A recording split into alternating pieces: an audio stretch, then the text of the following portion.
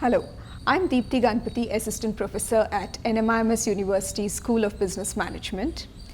Through this dynamic edition of the Academy of Management, Learning and Education, I take this opportunity to discuss my research connecting management theory and practice to address the widening gap between academics and practitioners. In this interview with Rachna Panda, Chief Communications Officer, GE South Asia, I seek inputs from industry practitioners like her to understand what we should do to engage, collaborate, and establish meaningful relationships between these two vital networks to extend our understanding of organizational knowledge transfer and exchange to make it practically relevant for the management education. Rachna, thank you for joining me in this interview. Rachna, at GE, you are part of the communications team championing and leading the communications function. You also head the brand, digital communications and advertising section. So you have been a part of nurturing the reputation of GE. How do you think we should address this widening gap? Because researchers and scholars have pointed out to this widening gap that is making business schools less relevant to practitioners. How do you think we can nurture and bring about students from management education so that they come out as thoughtful and insightful leaders when they join the industry? Thank you. First of all, thank you, Deepthi, to have me here. It's a pleasure to talk to academicians and students, and that's something which is very exciting, particularly for the industries.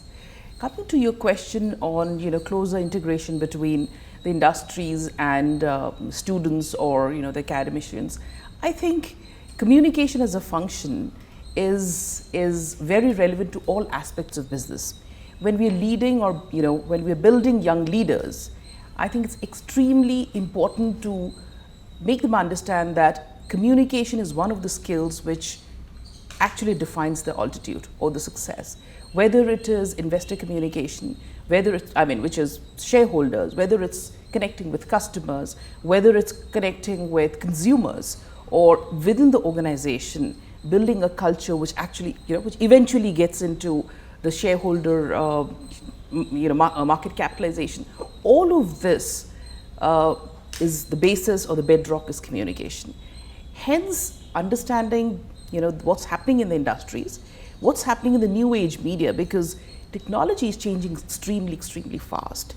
It is extremely critical for us to get business folks to come and talk to the students, academicians, given access or exposure to these institutions or academicians to come over and see what's happening in the real world.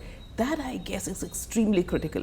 Otherwise, everything remains theoretical and in the books. But I think businesses are moving faster. They are moving extremely, I would say, extremely differently than what was happening earlier.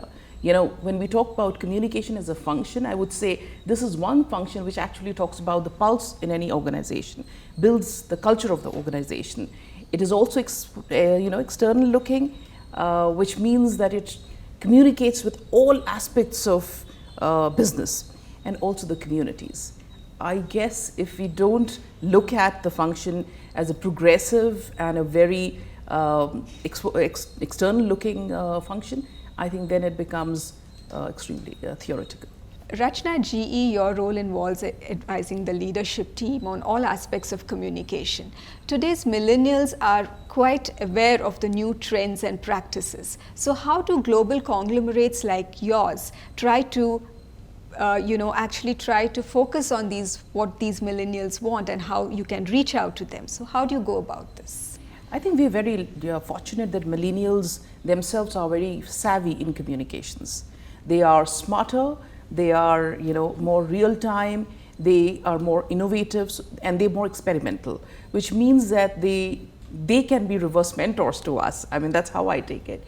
But in terms of understanding the industries, one, of course, is to be more connected, get to hear from the industry leaders. There are business schools which actually do case studies where the industry veterans sit in the room, go through the case studies, and then participate with these millennials or with the students, which is fantastic, and that's a great way to actually connect up with with these millennials. Second, in GE, we have 20,000 employees. We have 21 manufacturing units. We have very diverse businesses, which means the age group or the demography of, employees are very, very different. The age groups are different, the skills are different, the expertise is different, and the interests are different. That's where I guess we have different communication methods for all tactics or platforms, and the most active are the millennials. So there is a town hall or a face-to-face. There would be Slido, which is very open, candid way of communicating, which millennials love. Then we do a lot of stuff on social media, and millennials love social media. In fact, I have a reverse mentor who teaches me, on social media. So, I mean, that's about social media and different aspects of these. Plus, we have campaigns which are designed by these millennials, which means that they know best what works for them, whether it's through gamification, whether it's through connecting up and having a few people just leading the discussion. Yeah, and I think that's why the GE voices have been so effective in bolstering this, because culture plays such an important role in setting the tone for an organization's communication function, and that's what GE has been effective in doing so. Management education can glean interesting insights from GE's culture and its innovation. And I think that's what we have tried to do in this interview by trying to bridge this gap and to make management education and create a knowledge base here really for management education to make the students industry ready for practitioners. Thank you so much, Rachna, for joining me in this interview. Thank you for getting me here. Thanks. Thank you.